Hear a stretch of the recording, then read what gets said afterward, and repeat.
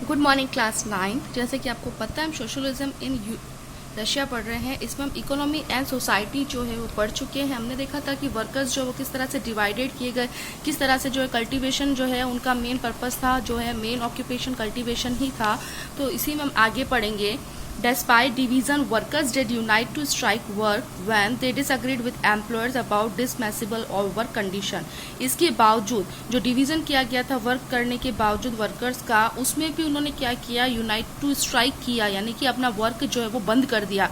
जब उन्होंने ये देखा कि जो एम्प्लॉयर्स के साथ में जो है उनके जो है शिकार बनाया जा रहा है, दे डिसअग्रीड विथ एम्प्लॉयर्स, वो जो है एम्प्लॉयर्स के साथ में डिसअग्रीड थे, उनसे सहमत नहीं थे अबाउट डिसमिसेबल और वर्क कंडीशन, किसको लेके, उनके काम करने की शर्तों को लेके, और उनकी जो है वो शिकार करते थे, मतलब उनके ऊपर जो वर्कलोड ज़्यादा देते थे और उनको वेजेस जो है वो कम देते थे। These strikes took place frequently in the textile industries during 1896 to 1897 and in the metal industries during 1902। ये जो स्ट्राइक थी वो फ्रिक्वेंटली लगातार चलती गई टेक्सटाइल इंडस्ट्री में 1896 से लेके 1897 तक, और मेटल इंडस्ट्री में चली 1902 तक। In the countryside, peasants cultivated most of the land, but the nobility, the crown, and the Orthodox Church owned large properties like workers, peasants too were divided. Country side के अंदर हमने देखा कि जो peasants थे, किसान जो थे, वो खेती करते थे अपनी लैंड के ऊपर, लेकिन जो नॉबिलिटी होते थे, जो क्राउन होते थे, क्राउन का मतलब कि जो एम्परर वगैरह होते थे, और जो ऑर्थोडॉक्स चर्च होता था, ये हम लोग पहले भी पढ़ चुके हैं। नॉबिलिटी और ये सारे पीजेंट्स और जो ऑर्थोडॉक्स चर्च है, उन्होंने जो है लार्ज प्रॉपर्टीज पर जो है वर्कर्स लगा दिया, like workers, peasants too were divided, यानी कि जो अपनी पीजेंट जो है अपनी लैंड पर कल्टीवेटेड तो करते, लेकिन उसका ज़्यादा से ज़्यादा फायदा कौन उठाता, जो नॉबिलिटी थे, जो क्राउन थे, जो ऑर्थोडॉक्स चर्च के लोग थे, वो उसका जो है फायदा उठाते थे। दे वर ऑल्सो डीपली रिलीजियस, वो जो थे बहुत ज़्यादा डीपली रिलीजियस भी थे, बहुत धार्मिक भी थे। But expect in a few cases they had no respect for the nobility, लेकिन इसी के अलावा कुछ केसेस ऐसे थे जहाँ पर वो जो थे वो नॉबिलिटी की जो है रेस्पेक्ट नहीं करते थे। जो भी बड़े लोग होते थे उनकी रेस्पेक्ट नहीं करते थे। कौन नहीं करते थे? वर्कर्स नहीं करते थे।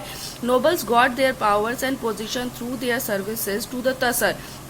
नोबल्स जो थे वो अपनी पावर, अपनी पोजीशन किसके थ्रू पाते थे? जब वो तसर की सर्विस करते थे। तसर मैं आपको पहले बता चुकी हूँ, निकोलस तसर जो था अपना सेकंड, वो एम्परर था रशिया का। नॉट थ्रू लोकल पॉपुलरिटी, यानी कि उसकी जो कोई लोकल पॉपुलरिटी नहीं थी। This was unlike France where during the French revolution and Britain present respected nobles and fought for them. ये जो था इसलिए था क्योंकि जो है फ्रांस जो है वो अनलाइक करते थे। वहाँ पर जब फ्रांस रिवॉल्यूशन हुआ था ब्रिटेन में, पीजेंट्स जो थे वो रेस्पेक्टेड करते थे नोबल्स को और फाइट फॉर देम, और लड़ते भी थे उनके लिए, क्योंकि जो है वो उनके ऊपर जो है किसी भी तरह के अत्याचार से चूकते नहीं थे कि नहीं जो है अगर उनका लैंड है तो उसके ऊपर ज़्यादा से ज़्यादा प्रॉफिट जो है वो लोग लेंगे। In Russia peasants wanted the land of the nobles to be given to them.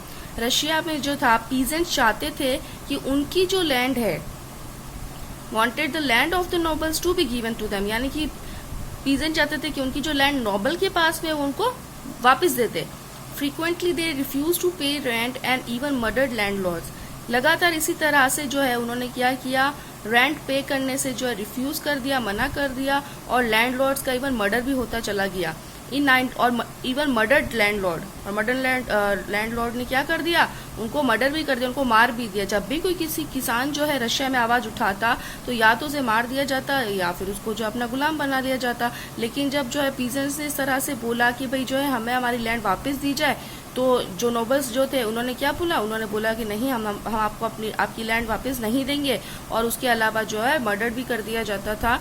In 1902 this awkward on a large scale in south Russia.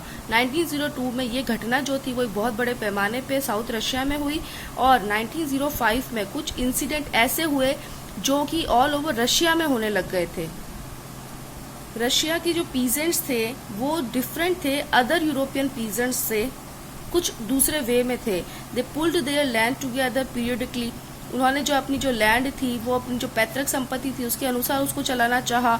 And their commune divided it according to the needs of individual families, और उनकी जो भी बातचीत होती थी या जो भी जो है उनका जो भी बीच में मुनाफा होता था या कुछ भी होता था वो डिवाइड कर देते थे, जैसे कि उनको ज़रूरत होती थी उनकी फैमिली मेम्बर्स को, वैसे ही जो है उस तरह से उसको डिवाइड कर, मतलब उनको उतना ही खाना दिया जाता या उतना ही जो उनको वेजेस दी जाती, जैसे 4 मेंबर्स के अंदर तो उससे भी कम वेजेस दी जाती थी।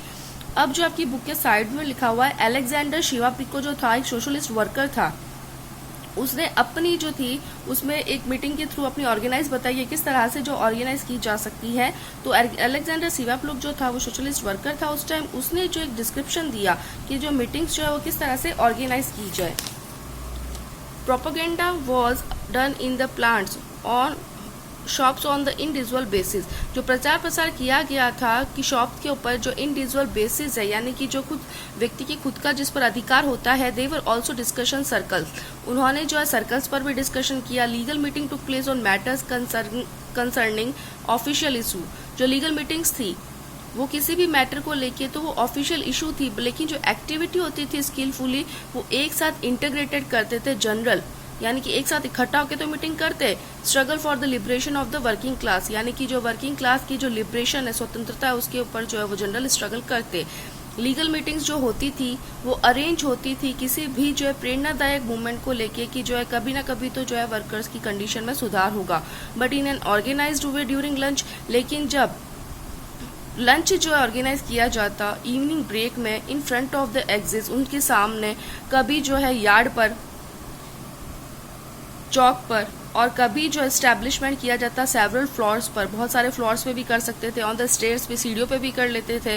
तो जो मोस्ट अलर्ट वर्कर्स थे वो ये चाहते थे कि जो एक डोरवे द होल में pull up in the exist, यानी कि जो उनको भी एक साथ एकत्रित किया जाए, उनको बाहर नहीं निकाला जाए।